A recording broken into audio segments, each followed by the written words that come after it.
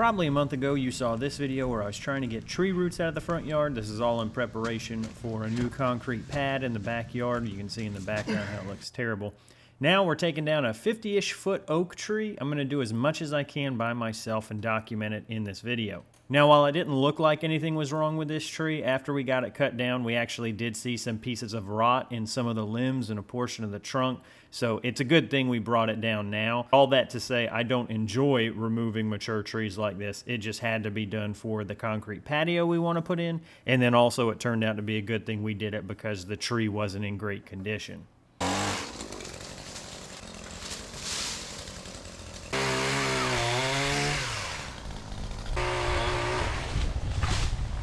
When it comes to moving debris, the easiest thing I found is just kind of make a little pile of stuff.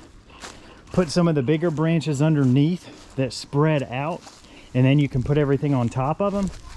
And then when you just pull the ones that are on the bottom, the whole thing moves.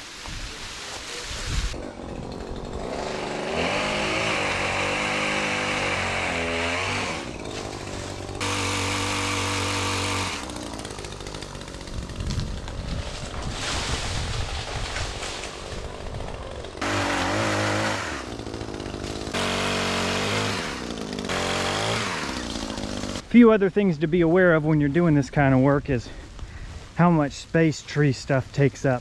It's a tremendous amount. So just those two limbs, we've got, this pile's about 6 feet wide, that pile's about 5 feet wide.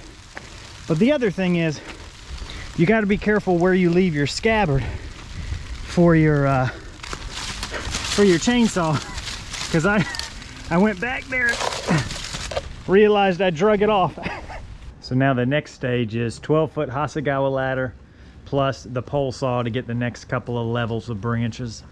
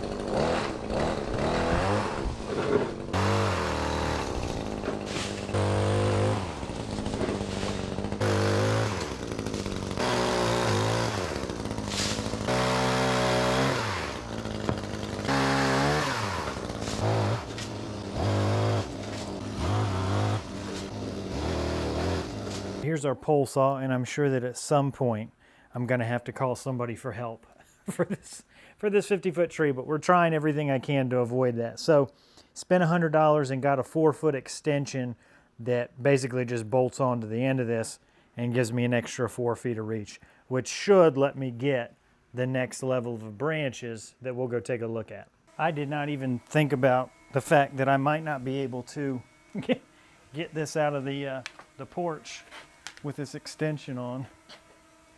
But thankfully, since I've got these double doors, I think I got enough room.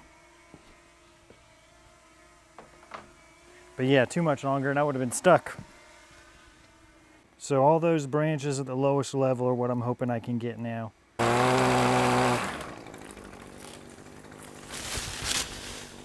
One thing I will say about those tripod ladders, those Hasegawas, they're very sturdy, so I'm sure there's better ways to do it than having that anywhere in the path of where it falls.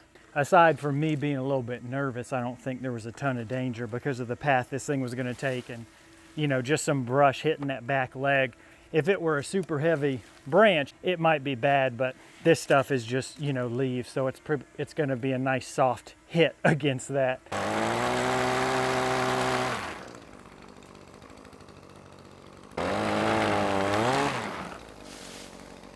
This was probably going to swing back, so that's not great. I'm going to try and take that little nub off. I don't love the idea of cutting that one from where I'm at, because I don't see any way it doesn't come back to me. So the drone's at about 30 feet right now.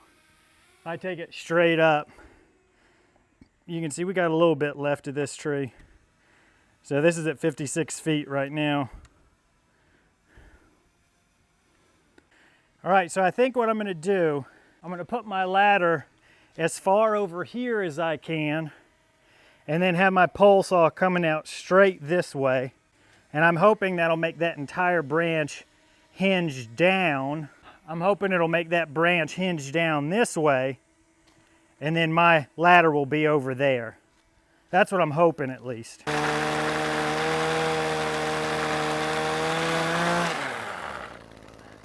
Well, that sucks. I was at the wrong angle for it.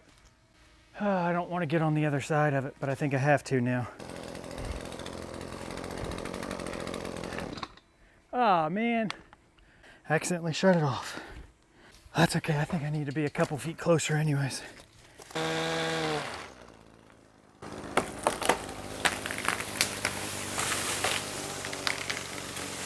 Okay, that was not good. That did not swing the way I wanted it to at all. All right, so here's the back of it, and it was all the way up there. You can't see. That's where it was. Here's where it landed. So that did not fall at all the way I thought it would because I hadn't cut it right. I didn't get a bottom cut, and that really affected the way it fell. At least that's what it looks like. So yeah, so that is 6 feet from the house, and as it fell about 5 feet from the pool.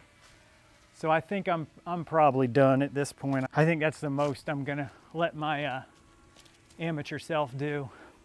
I don't know. I'll clean this stuff up and see how I feel. Several months later. Yeah, so time to bring the professionals in. This is a friend of mine who he owns a tree care company, and you know, I paid him for it, but I'm sure he gave me a good deal. He lives about a county and a half over, so he drove out for about an hour to help me get this thing knocked down with him and his guys. Charlie, can I stick the camera in your face? Yes, sir, can.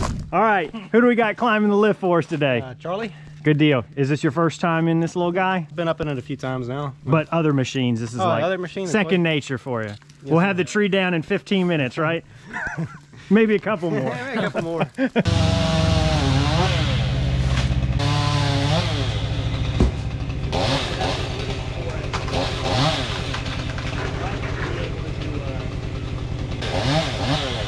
think I caught a couple with that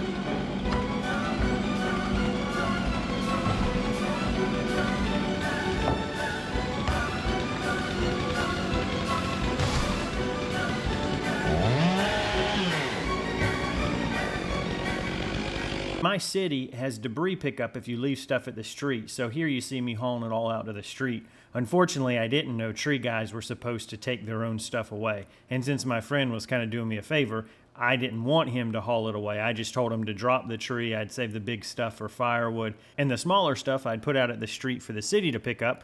Fortunately, that hasn't worked out, as I've still got a huge pile of stuff out. They took half of it, then I brought more out, so there was a big pile. I used the Ventrac to mulch a lot of it up. They're still skipping my house. Even like weeds that I've been pulling in a separate pile, they're not doing that at all. So whoever the driver is has blacklisted me. So this project isn't done. The next step is finishing moving this wood and using the Ventrac to start getting the dirt where I want it.